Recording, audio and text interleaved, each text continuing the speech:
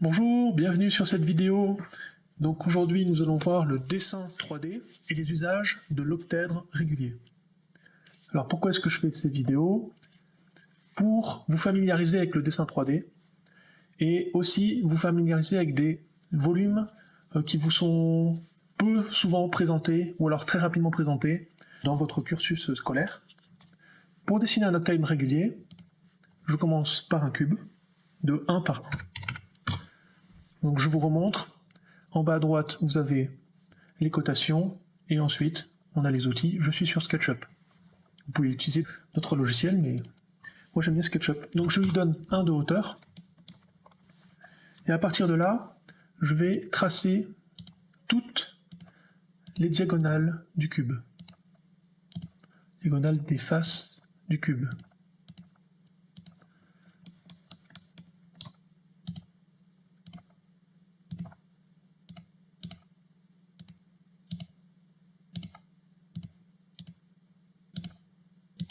À partir de là, je vais relier le centre des faces du cube. Donc je me mets en transparence. D'ailleurs, je vais d'abord faire un groupe, ce sera plus simple. Pour faire un groupe, je fais CTRL plus G.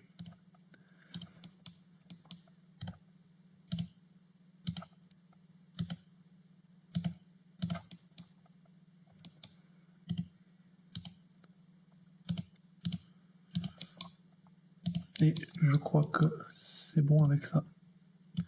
Voilà, donc je vais extraire l'octaèdre qui est au centre, et voilà ce que ça donne. Donc octaèdre, ça veut dire 8 faces. On a 4 faces en haut et 4 faces en bas. C'est une pyramide sur une pyramide. Je vais vous montrer tout de suite. Je vais éclater le volume. Je vais saisir. Hop. Et voilà. Donc on a une pyramide. Et une pyramide en bas. Et quand les deux sont jointes l'une à l'autre, on a un octaèdre régulier. Régulier parce que toutes les arêtes ont la même longueur. À partir de là, je vais disposer sur son arête l'octaèdre régulier. Je fais ces opérations pour me faciliter la vie ensuite, et aussi pour vous montrer le volume dans différentes coutures. Maintenant, on va le positionner sur sa base. Voilà. Donc si on prend le volume sur sa base, sur son arête et sur son sommet, voilà ce que ça donne. Et en transparence, voilà ce que ça donne. C'est important de s'imprimer ces volumes dans son esprit pour ensuite pouvoir les reconnaître ailleurs. Ok, on passe à la suite. Patron. Donc pour faire des patrons, je commence toujours par me faire une espèce de sol. Et là-dessus, je vais commencer avec un octaèdre posé sur sa base. Alors j'ai différentes manières de le décomposer. Et là, ça va être les 3 résultats différents.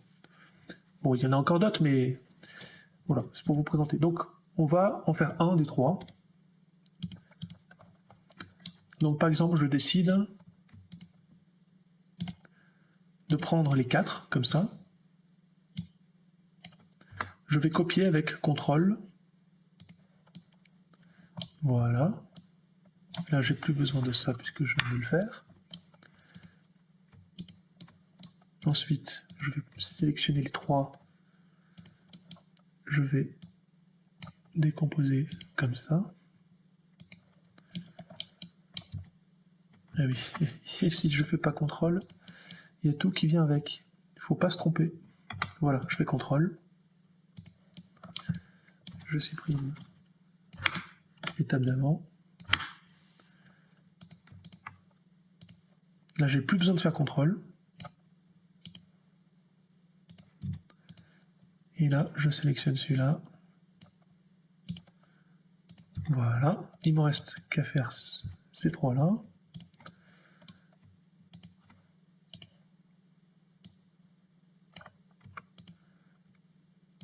Hop.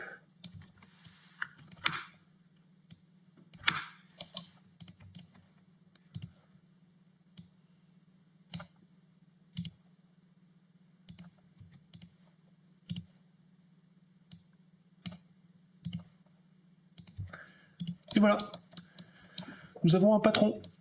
Alors c'est vrai que quand on voit l'octaèdre à la base, on s'imagine pas que ce patron peut fonctionner. Enfin en tout cas, pour moi.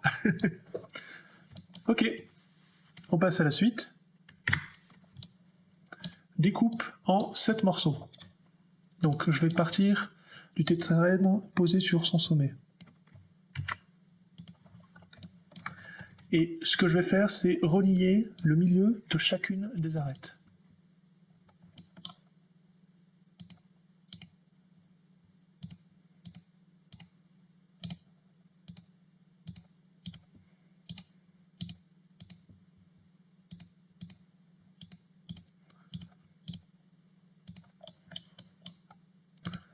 Alors si vous n'avez pas encore regardé la vidéo sur le tétraèdre régulier, je fais un peu les mêmes étapes.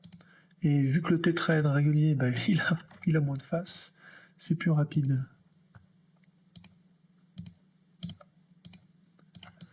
Et je crois qu'il ne me reste plus que ça à dessiner. Et voilà. Très bien. Donc, qu'est-ce que je remarque? J'ai un volume au centre qui s'appelle le cuboctaèdre ou le vector équilibrium. Et ensuite, qu'est-ce que j'ai en reste? Hop, je me remets comme ça plutôt. J'ai des pyramides, je ne sais pas si vous les voyez. Voilà.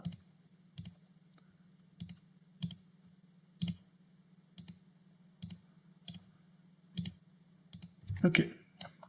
Et donc cette pyramide, on la voit, elle est aussi sur les autres côtés. Donc ce que je vais faire, c'est la copier. Je donne 90 degrés, je multiplie par 3, je sélectionne les deux sur le côté.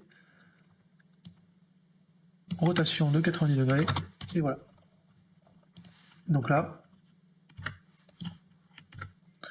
on a les 6 pyramides, plus le cuboctaèdre au centre. Donc 6 plus 1, 7, on voit le résultat. Et alors quand on prend les pyramides et qu'on les met les unes sur les autres, au final, on a du 4 en 1, c'est-à-dire qu'un octaèdre régulier peut donner 3 petits octaèdres réguliers plus un cuboctaèdre. Ensuite on passe au cube dans octaèdre. Donc là, je vais partir de l'octaèdre sur son sommet, et cette fois-ci, je vais relier le centre des faces. Donc pour ça, je vais utiliser des guides. Je sélectionne les guides, je fais une rotation de 90 degrés, je multiplie par 3, je prends l'ensemble des guides,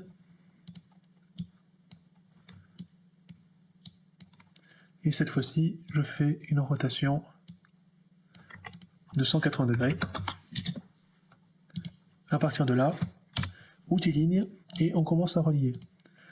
Alors si vous trouvez que c'est illisible, je peux comprendre. Avec la pratique, on s'en sort très bien. Et je pense que vous voyez ce qui sort de cette méthode. C'est un cube dans l'octaèdre régulier. Donc je vais supprimer les guides. Et voilà, vous voyez le cube dans l'octaèdre régulier. Si je continue cet exercice, j'obtiens une fractale d'octaèdre régulier, cube, octaèdre régulier, cube, et ainsi de suite. C'est pour ça qu'on appelle ces volumes des volumes du haut. Ok. Ensuite, on va ajouter des octaèdres et des tétraèdres dans la continuité. Je multiplie par 5. Et ensuite, on va relier les sommets.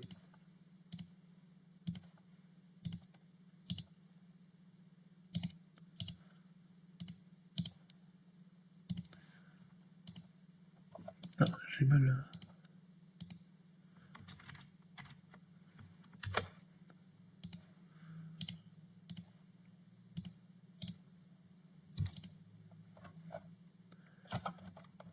Ok. Et donc ça me donne ce résultat-là.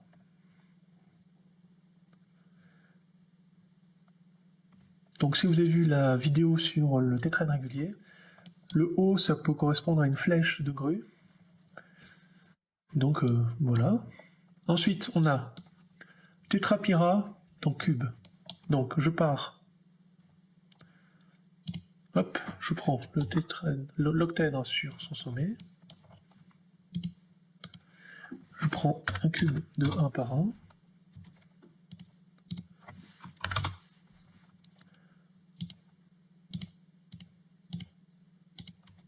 Je place l'octèdre intérieur.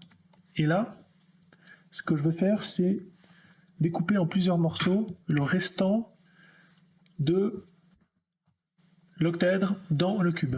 Donc pour ça, je viens sur diagonale. Et là, on voit qu'on a une partie. Cette partie, j'en fais un groupe.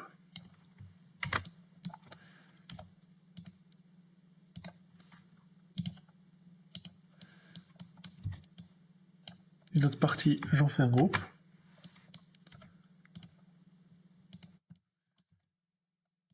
Cette autre partie, j'en fais un groupe.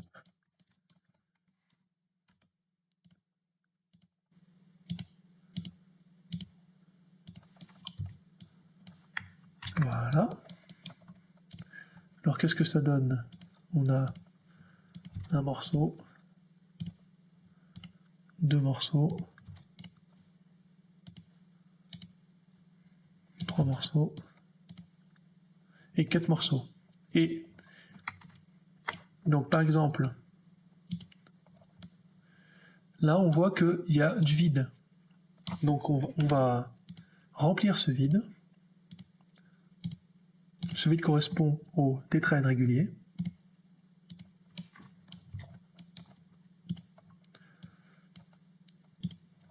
Hop, j'enlève les morceaux.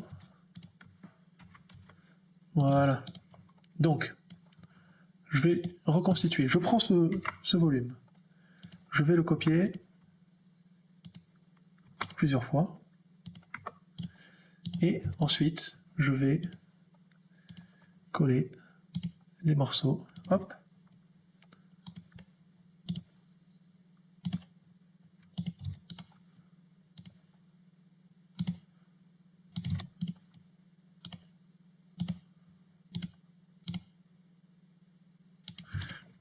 Et voilà.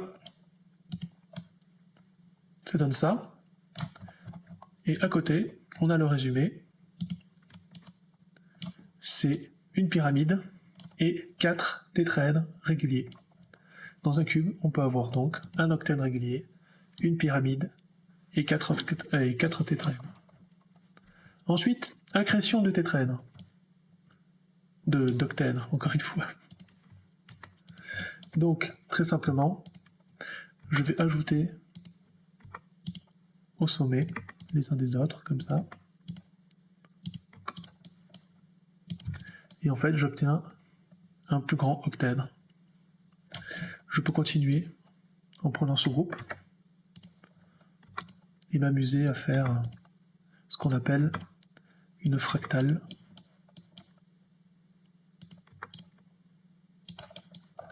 Et ainsi de suite. Une autre manière, c'est de faire une accrétion de volume par rapport aux faces. Donc, je viens et ensuite je fais une rotation de 90 degrés, je multiplie par 3, je sélectionne, je renverse de 180 degrés, et là j'ai toutes les faces de l'octèdre couvertes par d'autres faces d'octèdre. Alors on voit qu'on ne peut pas remplir totalement l'espace, parce que là je ne peux pas mettre un autre octèdre en régulier.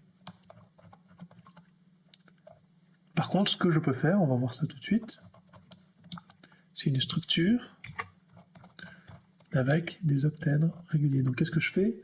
Je les joins par l'arête, donc je multiplie par 5. Je fais la même chose dans l'autre sens. Et là, qu'est-ce qu'on va pouvoir faire? C'est remplir au niveau des sommets. Donc si je remplis, par exemple, ces 4 sommets, là j'ai un carré, et en fait on va se rendre compte que ce qu'il y a entre ces 4 octèdres, c'est une pyramide inversée. Je ne sais pas si vous la voyez, donc je vais vous la sélectionner et la sortir. Voilà, ça c'est une pyramide à l'envers. Et ce que vous avez aussi ici, c'est des tétraèdres tout autour. Donc par exemple, si je fais un groupe là, voilà, et ici, tac,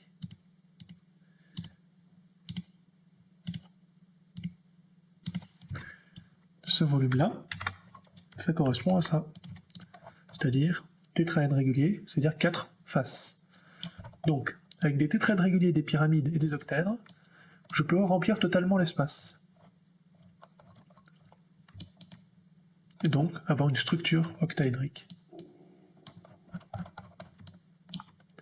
Tour octaédrique. Donc là, je pars de l'octèdre sur sa base, et je vais faire une rotation de 180 degrés. À partir de là, je peux copier. Je multiplie par 3. Et voilà ce que ça donne. Et ensuite, je peux même m'amuser à mettre ces tours les unes à côté des autres.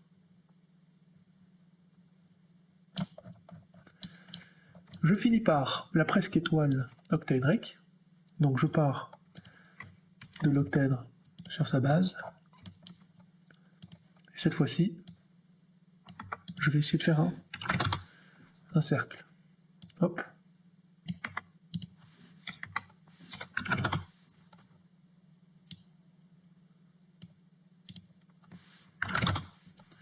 Et là, je vais essayer de fermer.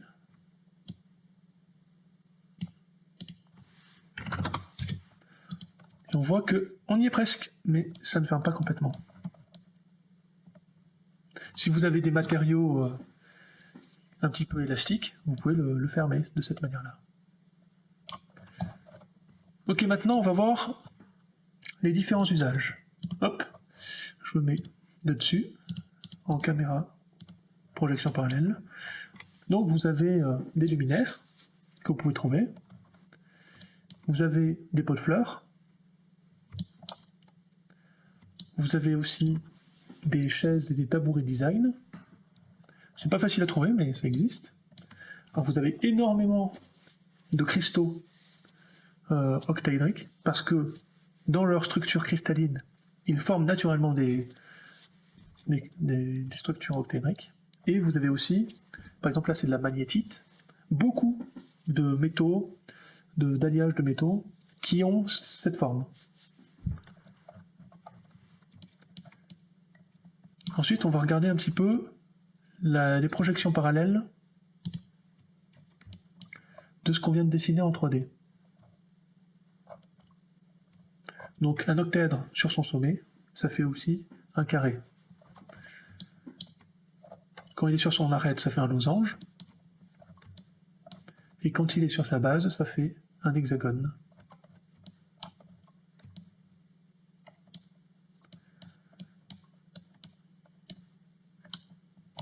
Et c'est à peu près tout. Maintenant, on va voir sur l'ISO.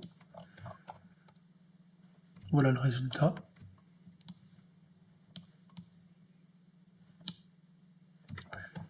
Alors là, je vais me mettre en filaire. Et on a des choses intéressantes quand on met le cube dans l'octèdre. Là, c'est la fractale. Là, on a une belle structure. Magnifique. De toute manière, la géométrie, c'est magnifique. Et voilà, j'espère que ça vous a plu. et on se donne rendez-vous à la prochaine vidéo. Vous pouvez me soutenir en allant sur mon site internet belcd.com et vous trouverez mes 2 e-books. Le premier parle des imbrications de volume. Donc par rapport à ce qu'on a vu aujourd'hui, je vais vous montrer le sommaire et on va aller sur l'octèdre régulier. Donc pour vous montrer, c'est de la 3D dans du PDF. Donc on a plusieurs manières d'utiliser les pages. Donc le but c'est de montrer quand un volume est à l'intérieur de l'octèdre régulier au niveau de la limite où il faut qu'il touche les parois de l'octèdre. Ensuite on va avoir d'autres visuels, des projections en 2D, des rapports, des ratios, et ensuite des décompositions 3D. Je vais ensuite vous montrer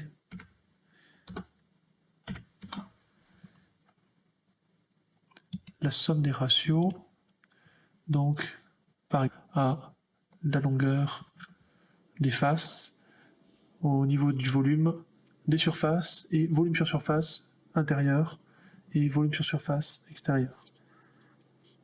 Ensuite, on va aller sur, le petit bonus. Donc là, on va 410, je me mets par rapport à la hauteur. Et là, on l'a pas vu avant, mais c'est notre manière de décomposer le cube avec des octaèdres et des tétraèdres.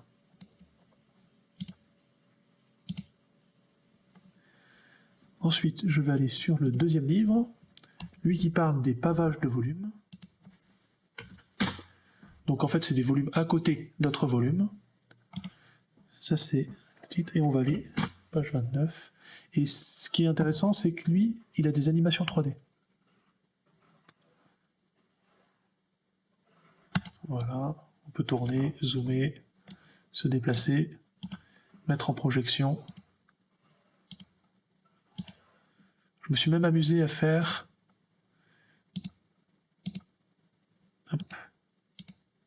de la discrimination de volume. Donc là, il n'y a que les octaèdres. Là, il n'y a que les tétraèdres. Voilà, pour ceux que ça intéresse. J'espère que ça vous a plu. On se voit à la prochaine vidéo.